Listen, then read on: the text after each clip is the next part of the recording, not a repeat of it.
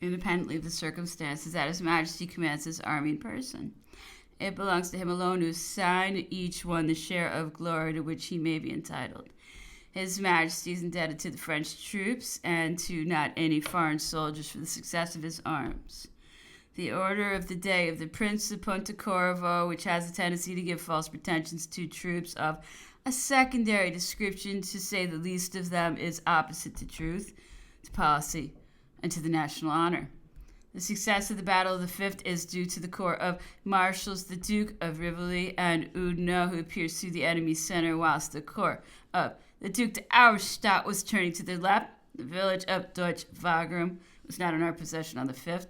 That village was certainly carried, but not until the 6th at noon by the corps of Marshal Oudinot. The corps of the Prince of Pontecorvo did not remain as firm as brass. It was the first to give way. His Majesty was obliged to have it protected by the corps of the Viceroy, by Broussier, by the Marks divisions, commanded by Marshal MacDonald, by the division of heavy cavalry under the orders of General Nansoudy, and by part of the cavalry, the Guards. To that marshal and to his troops belongs the praise which the Prince of Pontecorvo claims for himself. His Majesty desires that his expression of his displeasure may serve as an example and prevent any marshal from attributing to himself the glory that belongs to others. His Majesty, however, directs that this order of the day, which might be painful to the Saxon army, shall be kept secret, although its soldiers are well aware that they have no title to the praises bestowed upon them. And he further directs that it shall merely be transmitted to the marshals commanding the several corps. Napoleon. After a few hours' rest, the emperor recovered from the indisposition which had compelled him to stop, and he immediately proceeded in the direction of Znaim, where, from the reports of the guns, he found that a sharp firing was going on. We arrived there by cutting through the high road of communication from Znaim to Brunn, and stopped on reaching the corps of Marshal Marmont, which was engaged with the enemy's rear guard. A storm came on, which separated for a moment the two contending parties and broke up the roads to such a degree that we could no longer make the artillery advance through the fat lands of Moravia.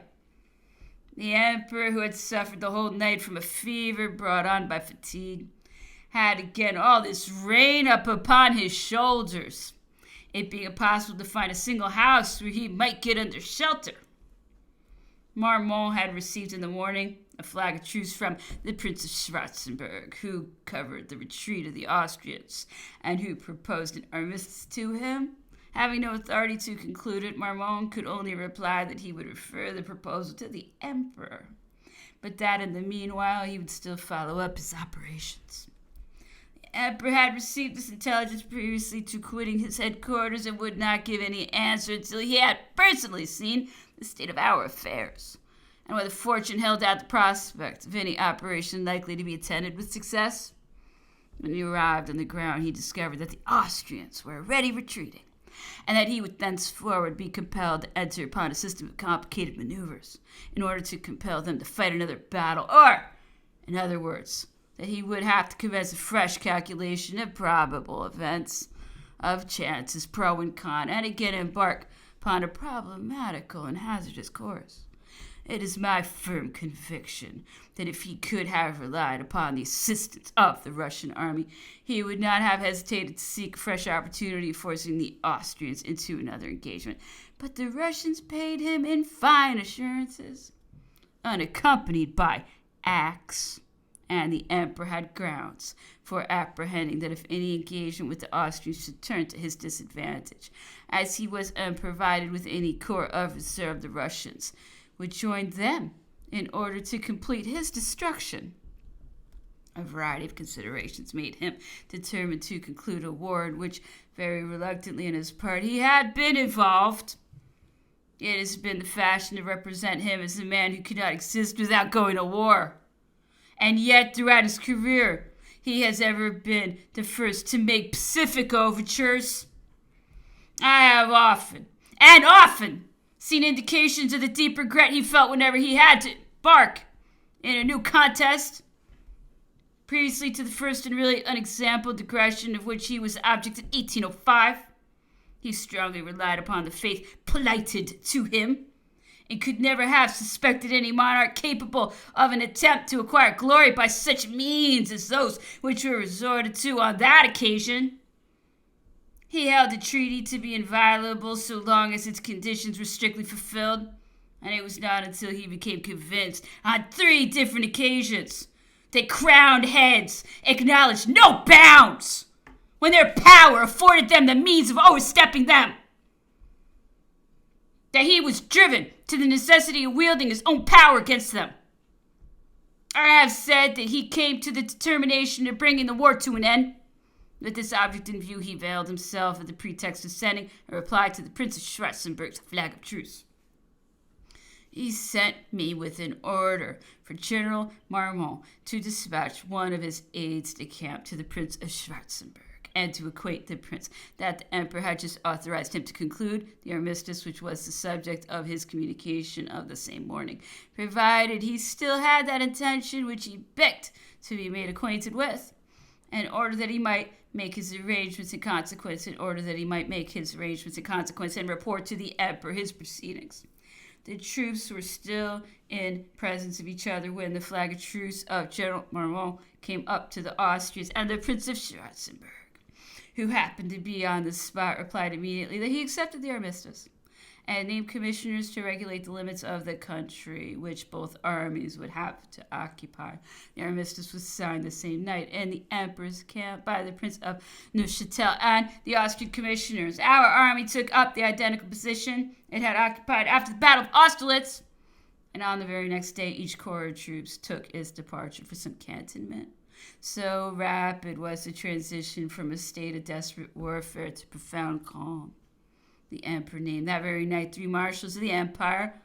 These were Generals MacDonald, Marmont, and Oudinot.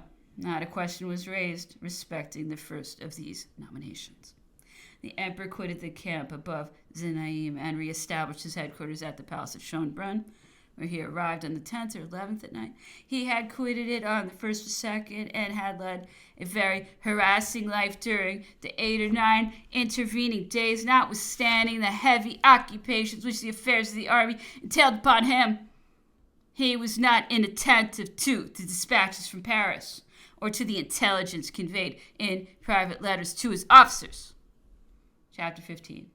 The Battle of Essling had thrown a damp over the feelings of everyone, and the hopes of intriguers at Paris having revived, they had again set to work in order to take advantage of many circumstances which they deemed calculated to promote their views.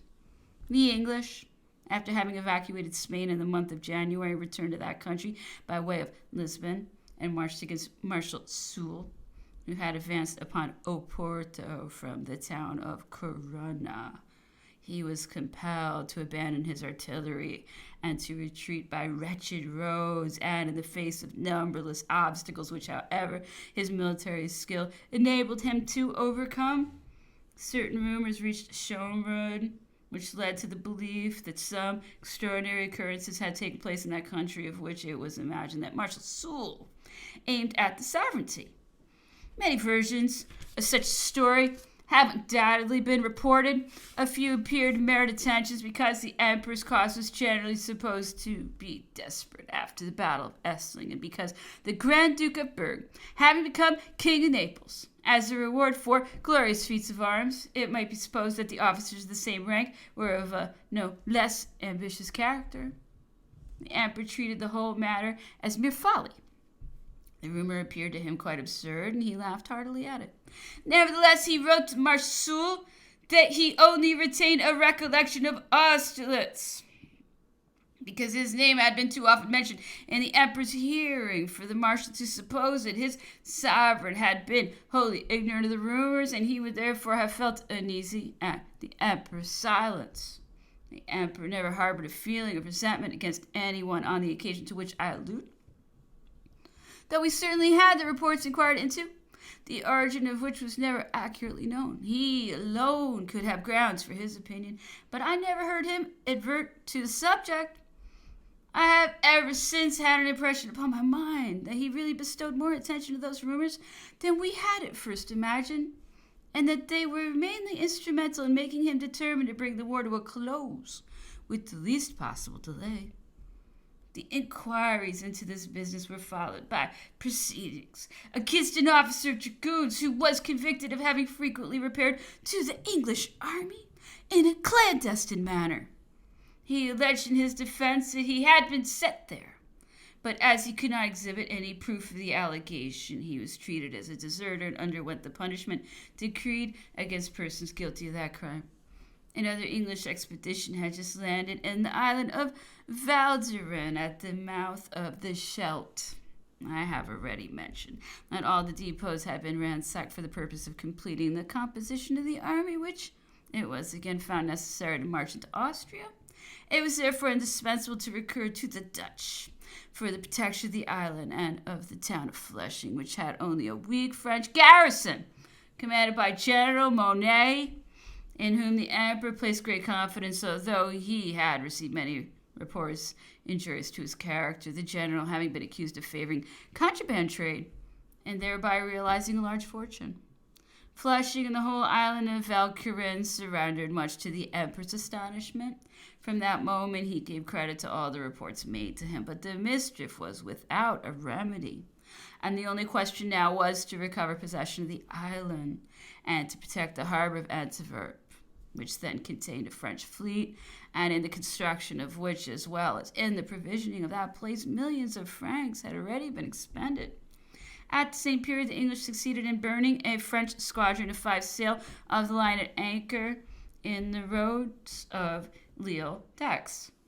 The emperor was greatly displeased at the conduct of the naval department on this occasion and said that, had the object been to render every service to the English, that department could not have acted otherwise, since common sense ought to have pointed out as a last resource the necessity of bringing the squadron under shelter in the river Charente. It was not to be expected that he would move a body of troops from Vienna to protect that part of the frontier, added to which peace was not yet concluded, and his army had not the advantage of numbers. In the event of the war not being brought to a termination, it would have been the height of impiety to appear driven to such extremities.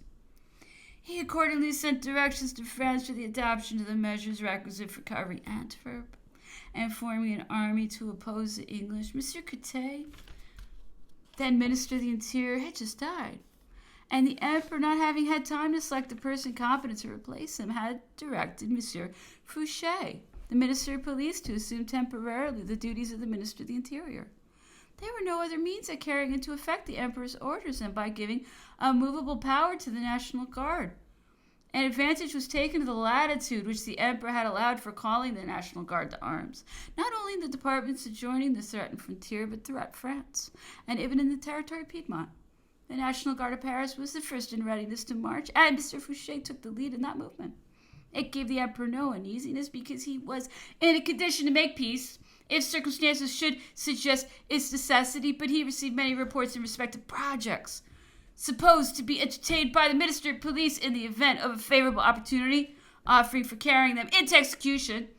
It was, in fact, as a matter of great astonishment to everyone, that the National Guard of Piedmont should be raised for the purpose of advancing to assist Antwerp against an attack intended to be made from Flushing. The Emperor was not inattentive to this circumstance, especially when Mr. Fouché proposed to him to bestow the command of the National Guard assembling at Antwerp upon Marshal Bernadotte, who had just been removed from the army. Though he made no observation of this proposal, he kept a watchful eye upon what was going forward. He had caused a displeasure in other quarters. Italy was wholly drained of troops, which had all been ordered to join the army. The recent call for conscription had created a slight disturbance in some parts of that country, and a conciliating conduct having been found unavailing to calm the agitation, measures of coercion were resorted to, which were not attended with better success. The Pope, moreover, feeling encouraged concerning events which were so greatly exaggerated to him, came to an open rupture with us. This animosity had its rise in political circumstances of a much earlier date than the present period. The coalition of 1805 had unexpectedly taken place at a time when the corps of 15,000 French troops was stationed in the peninsula of Otranto. The English were cruising in the Mediterranean. The Russians were expected in Naples. The Allies might from one moment to another seize upon the citadel of Ancona. which was in the direct line of our communication, in which the Pope had not placed in an attitude of defense. Napoleon requested that the sovereign pontiff would either adopt means for defending that citadel or allow us to occupy it with a corps sufficient to protect our rear. Pius VII refused to accede to that request, urged that he was the common father of all faithful, and neither could nor ought to arm against any of them. France replied that there was no question of his acting against the faithful, but of his shutting heretics out of Italy. It was not long since the papal cabinet had armed the banner of St. Peter, had recently marched side by side with the Austrian eagle against France. It might therefore now march against Austria by the side of the French eagles. The Pope persisted in his determination and welcomed all the agents of disturbances who were maintained in Italy by the coalition. Circumstances grew daily more critical. It became necessary to secure our communications with Naples, and for this purpose to occupy Rome and to take possession of the marches. The conclave fulminated its threats, which were wholly disregarded. The pontifical court, being allowed to give free vent to its rage, fancied that it was dreaded, and greatly raised its tone. The war with Austria having broken out, it then imagined the favorable moment had arrived and thundered its bull of excommunication. On the news of the Battle of Essling being received, the people became greatly agitated, and the Pope barricaded himself in his palace. The French troops were braved and insulted in the streets. The spirit of exasperation had reached its height, and engagement was likely to take place from one moment to another. And the French general was unwilling to incur the responsibility of it. He caused the Pope to be warned of the danger to which his measures of defense were calculated to expose him. His remonstrances were vain, and at last he had the sovereign pontiff carried off to prevent the risk he might incur from a random shot or any other unforeseen accident. The emperor knew nothing of the event until it had occurred, and it was then too late to disown it. He approved of what had been done, established the Pope at Savona, and afterwards united Rome to the French Empire, thereby annulling the donation made of it by Charlemagne. This annexation was regretted by all, because everyone desired peace. An interest was felt in the Pope for no other reason than that means were thereby afforded of injuring the emperor. The emperor had long been displeased with the Roman court. It had endeavored to foment disunion in France by sending bulls underhand to religious houses. Although such conduct was opposed to the stipulations of the Concordat, the government had been obliged to interfere in the business whenever any partial insurrections broke out in Italy. The clergy were suspected of being the instigators and of acting in virtue of instructions from Rome. The determination of openly attacking it was greatly owing to that court's avowed hostility to those liberal ideas which it was attempted to establish in France and Italy. And it was considered that such open attack would be attended with less trouble than a perpetual resistance to the unceasing vexations it brought upon us whenever its influence was paramount. Object of the emperor would have completely succeeded had he not been engaged in labors which called for his undivided attention and prevented his bestowing upon the affairs of Rome all that consideration which they deserved. I shall have many future occasions to allude to the evils entailed upon us from that quarter, and to regret our inability to avert them. The public mind in Germany was less agitated, though as much dissatisfied as ever. The Westphalians were taking up arms. A son of the Duke of Brunswick had raised a legion with which he overran the country, and the Tyrolese opposed a successful resistance to the Bavarians. Nearly the whole army in that province was engaged in this insurrectionary warfare. Those mountaineers were led on by Hofer, a Tyrolese, who was an artisan and landowner. This naturally brave and active man was urged on by the Baron Domeyer. He induced his fellow countrymen to rise, led them to the attack with great skill, and brought them victorious out of several encounters. Such being the emperor's situation, he felt more embarrassment after his victory than he had done at the commencement of the campaign. He accordingly determined to take the first opportunity for coming to a treaty. Austria had left her ambassador, Count de Metternich, at Paris, and whilst we were taking possession of Vienna, he was still at his hotel in Paris, where he was rather looked upon with an evil eye in consequence of this war, which was considered to have originated in the reports he had made to his court. It was afterwards ascertained, however, that he had taken no more than ordinary share in it, and had not been its instigator. The minister of police, who had repeatedly complained of his presence in the heart of the capital, had received orders to send him to Vienna, where he had recently arrived with an officer of gendarmerie for his escort. He had subsequently been sent to the Austrian army in consequence of the armistice just concluded. In a short time, communications were open between the headquarters of both armies. At first, they only related as usual to the exchange of prisoners. These were not numerous on either side, nor do I think that in the whole course of the campaign we could have taken more than 20,000, a number not much greater than what had been taken by the Austrians. Prince John of Liechtenstein was the first commissioner sent on the part of the Emperor of Austria. He was always the bearer of any pacific overtures to us, though he was never behindhand when it was a question of fighting.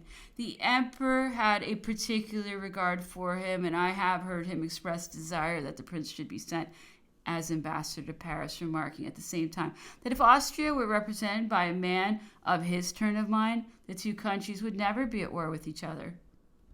I have had an opportunity of meeting that prince at his own residence in Vienna, and in the course of our conversation upon topics which exclusively engrossed the public attention at that time, he showed me a power he had received from the Emperor of Austria to treat for peace. Though expressed in the short space of 4 lines written on a plain sheet of letter paper, it afforded at least a proof of the high favor which Prince John of Liechtenstein enjoyed in Austria, and the esteem in which he was held by his sovereign. Our emperor also esteemed him, and had given particular directions that sentinels should be stationed at his palace of Fellerberg near Vienna, and that no soldiers should be quartered there. These marks of attention were wholly unsolicited. I believe the subject of a definitive treaty of peace was first hinted at during the conferences respecting an exchange of prisoners. Austria was the more anxious for it, as we were a burden to the country, and we had likewise many motives for desiring it. A place of meeting was therefore soon agreed upon by both parties. Monsieur de Metternich and, if my memory is correct, Monsieur de Stadion repaired thither on the part of Austria, and Monsieur de Champigny on our own. The place first fixed upon for the conferences was a small town named, I think, Altenburg, on the road from Pressburg to Raab. This spot was selected because the Austrian Grand Army had, after the armistice, marched a considerable distance to its left for the purpose of effecting a junction with the army of the Archduke John in Hungary. As our own forces had remained in their cantonments, it was quite immaterial to us at what place the conferences might be held. This meeting of plenipotentiaries, in which there was certainly a great interchange of civilities, did not appear likely to bring matters to so speedy a conclusion as had been anticipated. The first feelings of apprehension had subsided, and difficulties were already started on both sides, which would soon have involved us again in the horrors of sanguinary strife. In the midst of all of wars, Austria possessed men of ardent imaginations, and whilst many officers were training in her camp, who waited impatiently for a renewal of the contest with French philosophers, were also springing up in her cities, who looked with extreme jealousy at the source of such repeated enterprises against a sovereign who had been the first to acknowledge the rights of nations, and who wielded a scepter placed in his hands through the will and desire of a people who had voted him their chief by unanimous acclamation. Men of a philosophical turn of mind, whilst they held war in abhorrence, could not withhold their censure from the aggressors, or their approbation of the conduct of him whose trophies were nevertheless so ruinous to their own country. Their opinions were daily gaining ground, and we had opportunities of observing how greatly Frenchmen are mistaken when they suppose that knowledge and civilization are not to be found in other nations. In countries looked upon as almost wholly uncivilized, we found more liberal and more philosophical ideas than in those provinces of France which have given birth to men the most celebrated for their knowledge and general information. In German philosophers, we might have discovered powerful materials for agitating the public mind. The Hungarians sent deputies to us who were directed to ascertain how far we were disposed to assist any insurrection that might take place in their country with the view of recovering their independence. It would also have been possible to stir up a spirit of discontent in Bohemia. All those different means of action were offered to the emperor, who caused the several suggestions to be listened to, but refused to receive any of the deputies, although they had approached to within a short distance of his headquarters. He was sincerely desirous of peace, and had it in his power to secure an honorable one, without dismembering the Austrian monarchy. He was occasionally vexed at the plenipotentiaries for not coming to any conclusion, and under the apprehension that an attempt might again be made to dupe him, he directed the division of his army to encamp in the districts which they respectively occupied. He ordered at the same time a vast entrenched camp to be established in front of Vienna on the left bank of the Danube, caused the bridge upon piles to be rebuilt, which had been set on fire, and added 2 bridges of boats to that means of communication between the right and left banks. A spirit of activity was again displaying itself in all directions in order to be prepared for any event. At this period, the emperor reviewed the different corps in his army, one after the other at their respective encampments. He began by the corps General Marmont stationed at Krems, and was so well pleased with its appearance that whatever favor the new marshal asked of him was immediately granted. In the intoxicating joy which he felt at being named a Marshal of France, General Marmont could find no expression strong enough to convey to the emperor his gratitude for having been raised to the highest military rank, although he had never been on the field of battle since the affair of Marengo. It was entirely owing to accident, and he was well aware that such an exalted mark of distinction bestowed upon him on the first occasion of his being engaged was solely to be attributed to the emperor's personal regard. He therefore deemed himself bound to prove by his future acts that it had been justly conferred, and not view in the light of a reward for past services, since he had not yet had an opportunity of establishing his claim to so signal a favor.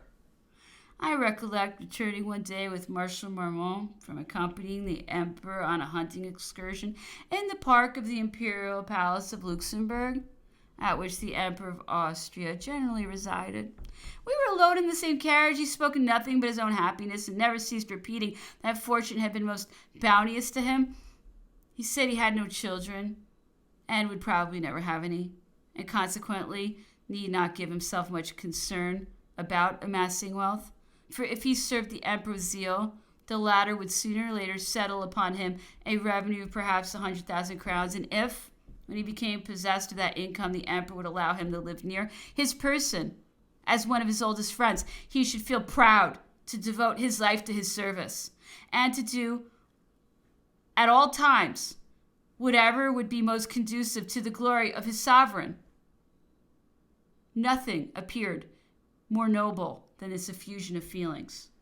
The emperor proceeded from Krems towards Brunn for the purpose of reviewing the corps of Marshal Defoe, which was principally encamped on the old field of the Battle of Austerlitz.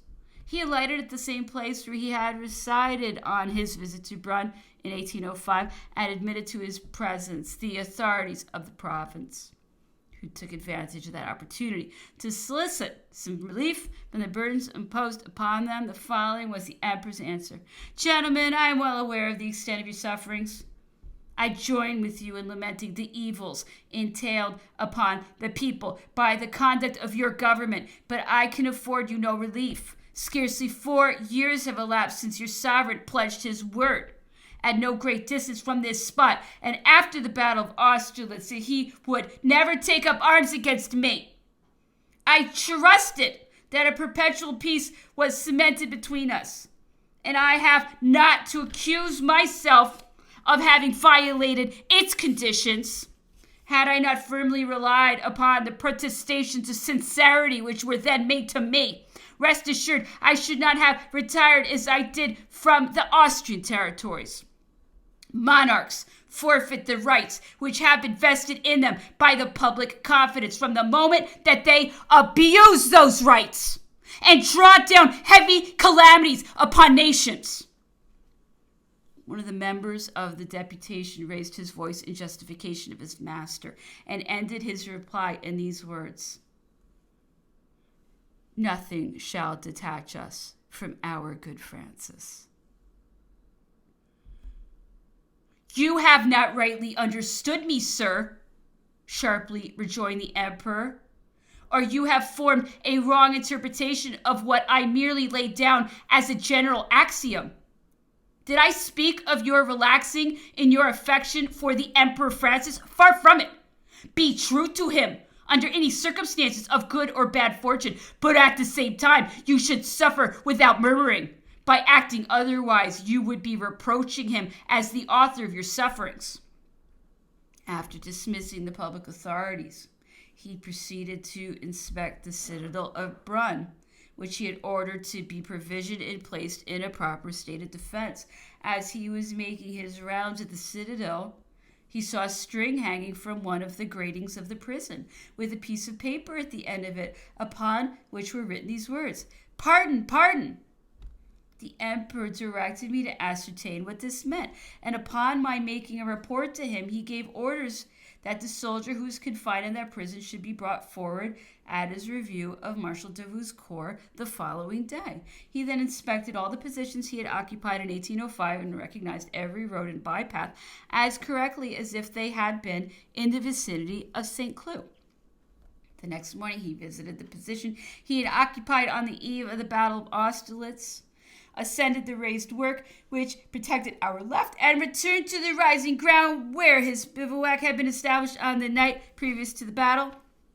He had the corps of Marshal Davout placed in the same order in which the corps of Marshal Lannes and Soult had been ranged previously to the commencement of the action, and reviewed it in that position, one regiment after another, according to his custom, going through the ranks of every company and examining every soldier. He came to the regiment to which that soldier belonged who had sued for pardon on the preceding day. The emperor was on foot. As he approached the company of 2 grenadiers, he stopped in front of the soldier who was on the colonel's right hand. He bent his knee to the emperor, who asked the meaning of it. The colonel replied that this was the soldier who had implored his pardon in the citadel on the preceding day. The emperor, who had already forgotten the transaction, asked a few questions and inquired into the nature of the case. This unfortunate man had, in a moment of intoxication, raised his hand against his superior officer and was to be tried by a council of war which would have sentenced him to death. "Is he a gallant fellow?" asked the emperor in a loud tone of voice. "Yes, sire," replied all the grenadiers at once. "He is an excellent soldier. We know him well. He will never remain behind when any fighting is going on." Upon this assurance, the emperor came up to the soldier, who was still in a kneeling posture, took hold of him by the ears, and shaking him with an air of mixed kindness and severity, said, "How is it that thou, who art a good soldier, couldst be guilty of such improper conduct? Tell me what would have become of thee had my arrival been delayed by a single day?" He then slapped him on the cheeks and said to him, "Go back to thy company and never forget this lesson."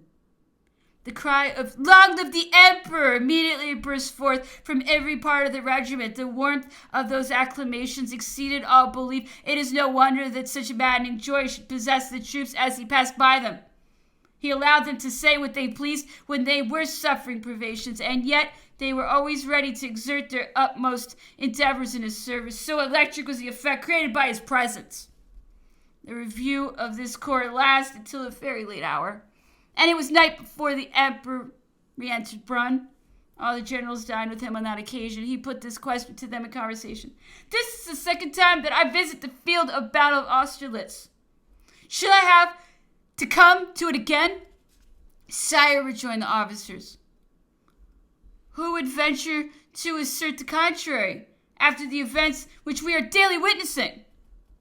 He left Brunn the next morning, proceeded along the bank of the river Marsh to Marchek, taking goading on his way, and re-entered Vienna after having gone over the field of battle of Wagram. Chapter 16. A few days after that excursion, the emperor proceeded to review the Saxon troops, who had their headquarters at Pressburg, and returned through Raab and along the course of the river of the same name, passing also by the place where the diplomatic conferences were held, and giving a short audience to the plenipotentiaries engaged in them.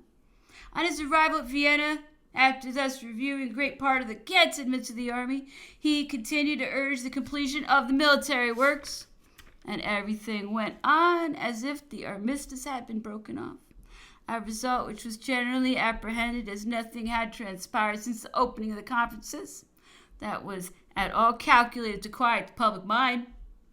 The emperor held every day in the courtyard of the palace of Schönbrunn a grand parade, where he ordered all the men to be brought before him who left the hospitals, as well as the regiments that had most suffered in action, that he might personally ascertain if they were taken care of, and if the ranks were again filling up. Many people were attracted to those parades by motives of curiosity, and had come on purpose from Vienna to witness that imposing sight. He took care that those military ceremonies should be attended by all the generals and administrators of the army who might be within a reasonable distance, and on such occasions he strictly inquired into the causes of the non-execution of any orders he might have issued. A disastrous event had nearly taken place at one of those reviews, which has been construed in many absurd ways. The emperor was passing some regiments to the line in review of the court of the Palace of Schönbrunn towards the end of September. Those parades were always attended by an immense concourse of people, and sentinels were stationed at a certain distance from each other to keep off the crowd. The emperor had just descended the flight of steps leading out of the palace, and was crossing the courtyard on his way to the right of the regiment, forming the first line, when a young man of genteel appearance sprang from the crowd, in the midst of which he had been waiting. The emperor's arrival came up to him and asked permission to speak. As he only explained himself in broken French, the emperor told General Rapp, who stood by, to inquire what the young man wanted. General Rapp came up, but not understanding what he said, he considered him as a troublesome petitioner, and desired the officer of gendarmerie on duty to remove him. This officer called one of his subalterns and had the young man removed from the circle without taking any further notice of him. The subject was no longer thought of when, just as the emperor was returning to the right line of the troops, the same youth who had gone round the crowd rushed out at another point and again came up to address the emperor, who replied to him, "I cannot comprehend what you say. Speak to General Rapp." The man held his right hand in his breast as if to draw out a petition, when the Prince of Neuchâtel, taking him by the arm, said to him, "You are importunate, sir. You have been desired to speak to General Rapp." During this interval of time, the emperor had advanced 10 paces along the front of the troops, and Rapp had followed him. The Prince of Neuchâtel therefore told the officer of gendarmerie to lead the man out of the circle and prevent his again importuning the emperor. The officer of the gendarmerie was vexed at being thus under the necessity of sending this man away for the second time. He had him treated rather roughly by the gendarmes, one of whom, on seizing him by the collar, discovered that he kept something concealed in his breast, close to which was found a large new kitchen knife, the blade of which was wrapped up in a scabbard made of several sheets of brown paper sewed together with coarse thread. The gendarmes took him to my quarters, whilst one of them went in search of me. His history may be summed up in a few words. This youth was the son of a Protestant minister at Erfurt. He was not more than 18 or 19 years of age, and had a most effeminate countenance. He had undertaken to kill the emperor because he was told that the other sovereigns would never make peace with them, And as the emperor's power predominated over theirs, he saw no other means for his country to be soon at peace except by dispatching the emperor. He was asked what were the books he usually read. History, he replied, and all of those I have read, nothing has so much excited my emulation as the life of the Virgin of Orleans, because she had freed France from the yoke of her enemies, and I felt desirous of imitating her example. He had left Erfurt of his own accord, taking with him a horse belonging to his father, which he had been under the necessity of selling on the road in order to supply his wants, and he had written to his father not to be uneasy about the horse, that he had made use of it in order to accomplish a journey which he had undertaken to perform, adding that his name would shortly be heard of. He had stayed 2 days in Vienna in order to obtain information respecting the emperor's habits, and had already been at the parade on a former occasion to rehearse his part and fix upon the spot where he should station himself. He then went to a cutler, where he purchased the enormous kitchen knife found upon him, and returned to the parade for the purpose of carrying his design into effect. Whilst the young man was making his acknowledgment to me, the soldiers on parade were filing off, and I did not overtake the emperor until he had returned to his closet, where I informed him of the danger to which he had unsuspectingly been exposed. General Rapp had already told him of it, and he refused to credit the report until I exhibited the knife seized upon the man's person, when he said with a half-suppressed smile, "Ah, there must be something in the matter. Send for the young man. I wish to see him." He retained near his person the general officers who had attended the parade and who were still in the apartments of the palace, and was speaking to them of this adventure when I came up with the youth. The emperor, on foreseeing him, exclaimed in a tone of compassion, "Oh, the thing is impossible. This is but a lad." He then asked him if he knew the emperor. Yes, sire, replied the stranger, with the utmost composure. The emperor, where then have you seen me? Reply, at Erfurt, sire, last spring. The emperor, why did you wish to assassinate me? Reply, because, sire, your genius soars far above that of your enemies, and has rendered you the scourge of our country. The emperor, but I did not begin the war. Why do you not kill the aggressor? There would be less injustice in your doing so. Reply, I admit, sire, that your majesty is not the author of the war, but as you are always stronger and more successful than all the other sovereigns put together, it was much easier to kill you than to kill your enemies, who exceed you in point of numbers, though they are less to be feared, because your talents are of a higher order. The emperor, how would you have tried to kill me? Reply, I intended to ask you if we should soon have peace. And if you had not answered my question, I should have plunged the knife into your heart. The emperor, but the officers who surround me would have arrested your arm before you could have struck me, and they would have torn you to pieces. Reply, I was aware of that, but was fully prepared to die in the attempt. The emperor, if I were to order you to be set at liberty, would you return to your parents and abandon your project? Reply, yes, sire, if we had peace. But if the war continued, I should carry it into effect. The emperor summoned to his presence Dr. Corvisar, who had lately been ordered from Paris to Vienna, where he had just arrived. As he happened to be at that moment in the emperor's apartments, he made him come in, and without explaining anything beforehand, desired him to feel the young man's pulse, and asked in what condition he found it. Monsieur Corvisart replied that the pulse beat rather quick, but that the man was in good health, and that his state of agitation was only the effect of a slight nervous emotion. Well then, said the emperor to him, this youth has just accomplished a journey of 100 leagues for the purpose of killing me. He then related what had taken place. The wretched young man was taken back to Vienna, brought before a council of war, and executed. He had been thrown into prison at Vienna, where the emperor took his departure for Paris without issuing any order respecting him. Such details did not concern him, and the authorities who delivered up Vienna to the Austrians sent the young man before a military commission and exhibited to the court of documents what was against him. It would have been a hazardous experiment to let him loose again upon society.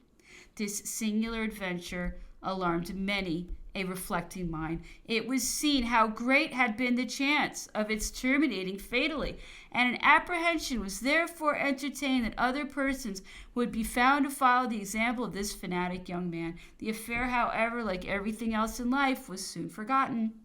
Nevertheless, it became the topic of conversation in Vienna. Many persons spread the report of its having extensive ramifications, and with difficulty they could be brought to believe that it had emanated from the disordered imagination of a youth.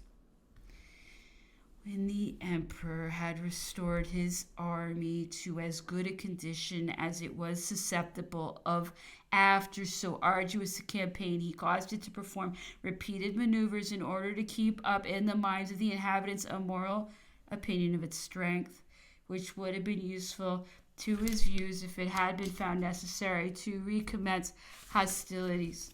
The emperor, being at Vienna on the 15th of August, 1809, named on that day the Prince of Neuchâtel, Prince of Wagram, Prince Marshal Massena, Prince of Essling, and Marshal Davout, Prince of Eckmühl. He raised to the title of Dukes and Ministers of War, Justice, Finances, and Foreign Matters Monsieur Clark, Grenier, Godin, and Champigny, as well as Monsieur Maret, Secretary of State. Marshals MacDonald and Oudinot were likewise created Dukes of Tarentum and of Reggio on the same day, being the anniversary of the Emperor's birthday. A Te Deum was sung in the Metropolitan Church of Vienna, at which the generals of his army, as well as the magistrates of the city, were present. Public report and the English newspapers in particular had communicated the news of a battle fought in Spain between our army and the English forces, the result of which was stated to have been in favor of the latter. We were in daily expectation of the courier who was to bring official accounts and details of the engagement, but the emperor's impatience could not for some time be allayed, owing to the difficulties which impeded the communications between Madrid and Bayonne. We had to wait a full fortnight before the arrival of Monsieur Carillon de Nizas, who was the bearer of intelligence. He was present at the battle and was well informed of whatever related to our affairs in that quarter. The emperor was much discomposed on hearing the details which he furnished, and openly said that although his best troops were in Spain, the movements in that country had been a series of blunders. The following particulars were related to me respecting that campaign, of which I cannot speak as an eyewitness.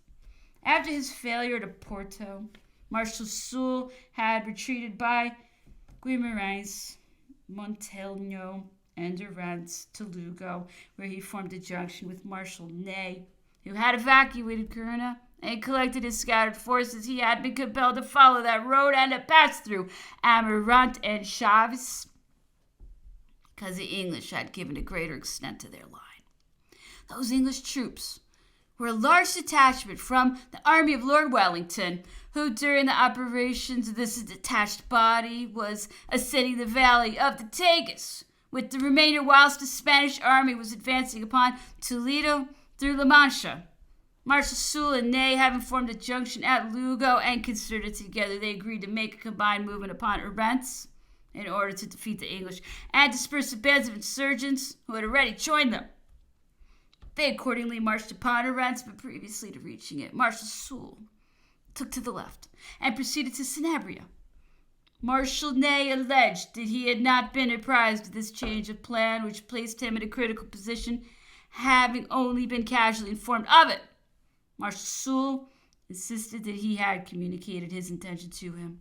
It is difficult to refuse credit to either assertion, but it is not to be presumed that Marshal Soult would have taken pleasure in exposing Marshal Ney to any danger.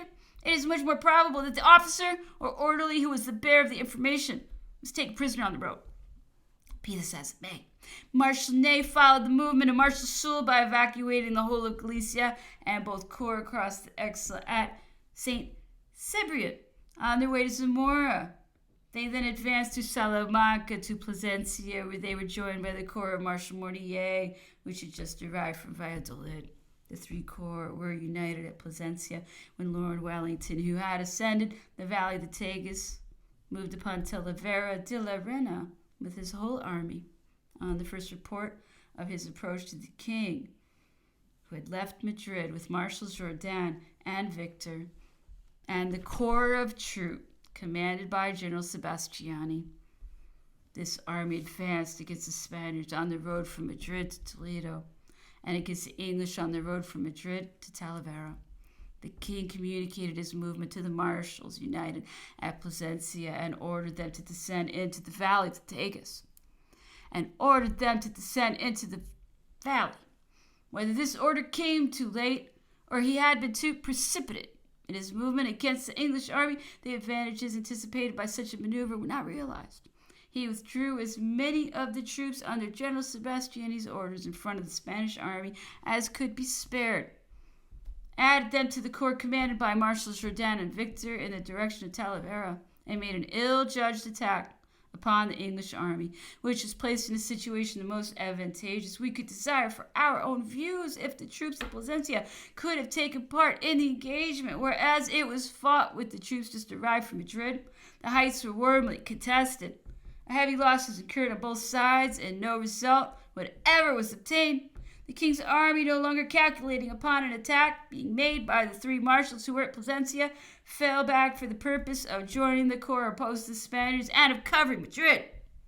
The English army was compelled to retreat the next day, having been apprised of the advance of the army of the three marshals, which had quitted Plasencia and might be beforehand with it, not only at the bridge of Almaraz, but at the bridge of Arzobispo, both which, the latter in particular, were only points in which General Wellington could effect his retreat. He ought not to have been attacked until our troops were ready to occupy them.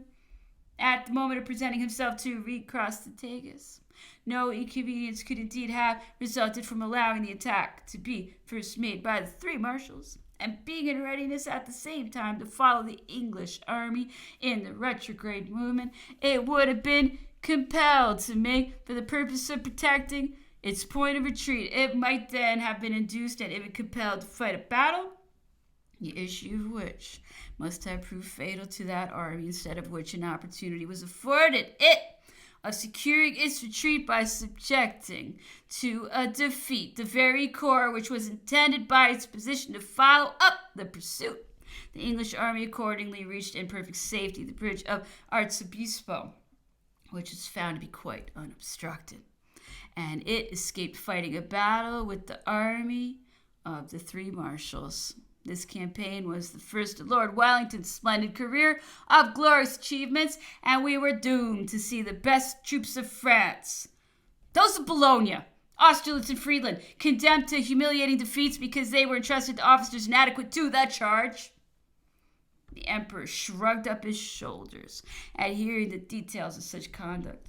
And as we were witness to the contrast between the army of Spain and the emperor's army in Germany, where he had worked such extraordinary wonders, we had already some gloomy forebodings to the state of which France would be reduced whenever the emperor should be removed from the scene. Speaking of the officers who commanded in Spain, he said to us without naming anyone, "Those men are very self-confident. I am allowed to possess some superiority of talent, and yet I never think I can have an army sufficiently numerous to fight a battle even within an enemy I have been accustomed to defeat. I collect about me all the troops I can bring together. They, on the contrary, advance boldly to attack an enemy with whom they are scarcely acquainted, and yet they only bring one half of the troops to the contest. Is it possible to maneuver more awkwardly? I cannot be present everywhere. Had the three corps of Soult, Ney, and Mortier been with me, I should have given work to the Austrians."